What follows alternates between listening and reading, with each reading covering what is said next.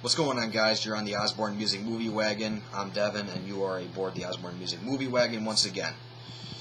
Today I'm going to be reviewing a movie, and it's one of probably my favorite movies of this year. It's The Dark Knight Rises, the third and final movie in the Christopher Nolan Batman trilogy. However, before I give my review of The Dark Knight Rises, I want to give my brief synopsis on what the first two films were all about, which will lead into The Dark Knight Rises. Batman Begins, the first of the Nolan trilogy, was released back in 2005, and it was a new vision of Batman, helmed by director Christopher Nolan. Batman Begins basically tells the same story as the first movie did, except adding a little more depth and darkness to the movie. You basically see Bruce Wayne live his childhood, you see the murder of his parents, and basically you see Alfred taking him in. Although you see it a little different this time. You see him basically going through ninja training under the future villain Ra's al Ghul. Ra's al Ghul trains him to use stealth powers and basically become a ninja of sorts. This time Batman's a little more darker and has a little more adventurous pieces in these films this time. Christian Bale pulled off a perfect Batman. Katie Holmes played a perfect love interest as Rachel. Gary Oldman was great as Detective Gordon. Morgan Freeman was brilliant as Lucius Fox. And I should also mention that they used two villains we haven't seen in the movies before, Ra's al Ghul and Scarecrow. Now, Ra's al Ghul was played by awesome action actor Liam Neeson. He was a great Ra's al Ghul. I don't remember the actor's name who's played Scarecrow, but he did a fantastic job with little screen time he had to work with.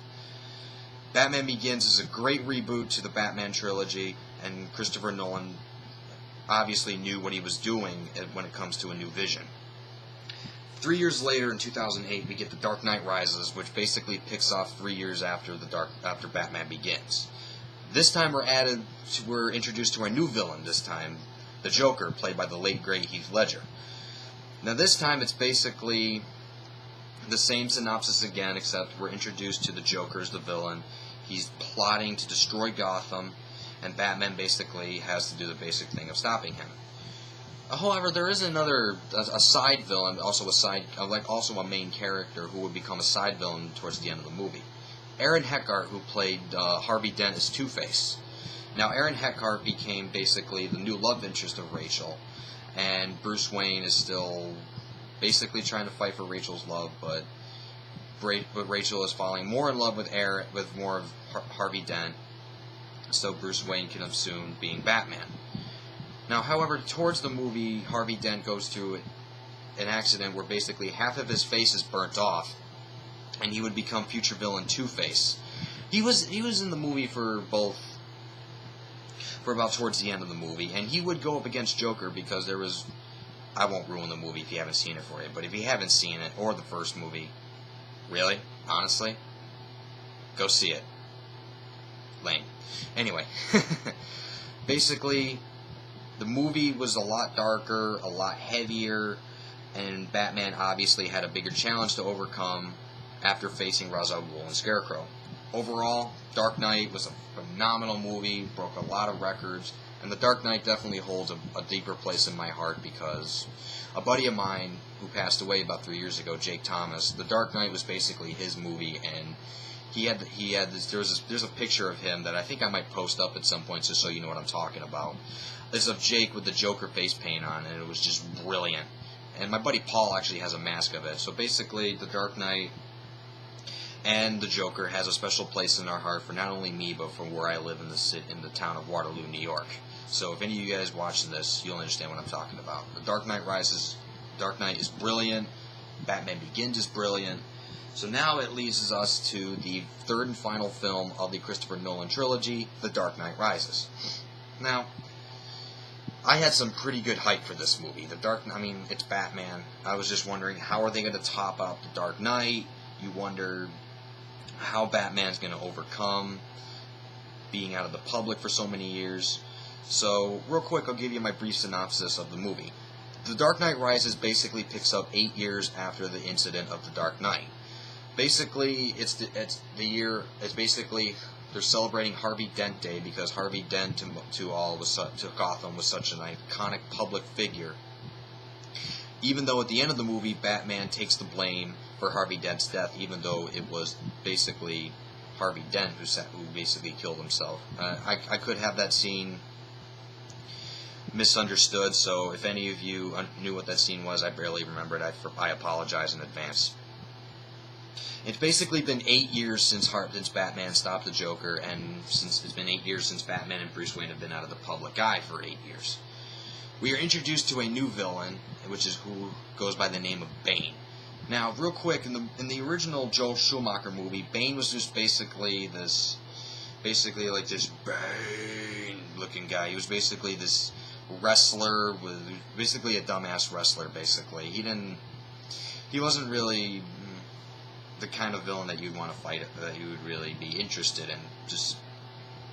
Now, how does this Bane differ from the one in Dark Knight Rises? Now, in the Dark Knight Rises, Bane is a very, very smart and is very, very, very evil. Although in the movie, he's like, oh boy, he's talking like this most of the time because you can't see his facial expressions, and you really can't understand a word he's saying, and I have to get close to the camera so that way you guys can understand what I'm saying.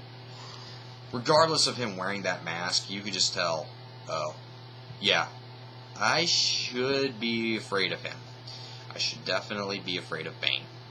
So basically, I think Bane was a lot more of a badass in this one than he was in Batman and Robin. Then we're also introduced to the anti-hero Catwoman, who is very well played by Anne Hathaway. Now, I had my skepticism at first. I didn't think Anne Hathaway was going to pull off such an evil, a dark, and death character. Because to me, she's always going to be that princess from the Princess Diaries movie and that one chick in The Devil Wears Prada.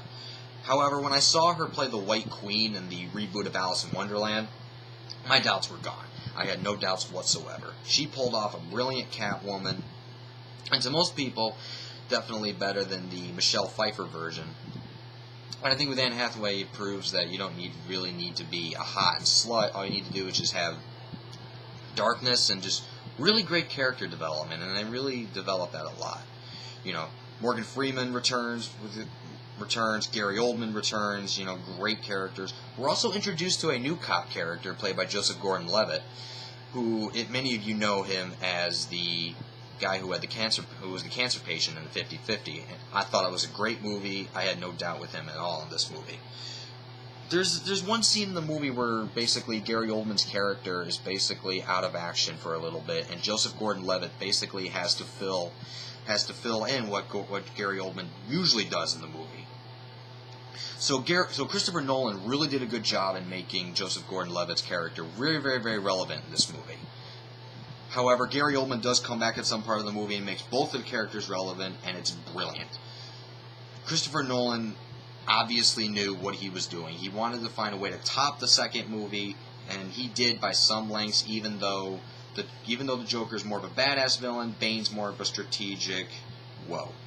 And not to give anything away, but there's a scene where my dream and wish of Bane kicking the shit out of Batman early in I think maybe like 30 or 40 minutes into the movie comes true. And that did probably sound like a spoiler, so I apologize to anybody about saying anything like that. So, my overall rating of it, Dark Knight Rises gets a perfect score, a 10 out of 10 out of me, just like the other two films. Christopher Nolan obviously had a great idea of reinventing the character and making him a dark character, because not everything is all happy, happy, joy, joy. It's not all that all the time. Life is very dark, and I think that's what we all had to understand. It's just like, oh, we're living in a perfect world. Well, in a way, we're not, and Christopher Nolan does that, executing these 3 Batman movies well. However, I won't ruin the ending for you people, but let's just say the ending, I think, can open to some possibilities. Because Christopher Nolan said that this is going to be the last film in his trilogy, but the ending opened up so many more possibilities. I mean, they introduced so many things, and there's a lot of twists and turns in the movie that you guys wouldn't expect. Like, literally, there's turns, like, you sit there and you're like, whoa, I didn't expect that to happen, but I like it. So The Dark Knight Rises is brilliant. Christopher Nolan ended his trilogy on a perfect note. I can't wait to see what they're going to do for Batman in the future. Overall, I love this trilogy. Maybe I'll even review the first 2 movies in the future. I have thoughts about it, but I just wanted to give my brief synopsis of the first 2 films just so that way you guys know what's going on for The Dark Knight Rises. Thanks for tuning in. This is my first movie review. My next review will probably be an album review. I'm thinking about which album to do later today, so please stay tuned for that. Thanks for staying aboard the Osborne Music Movie Wagon. I'm Devin, and take care.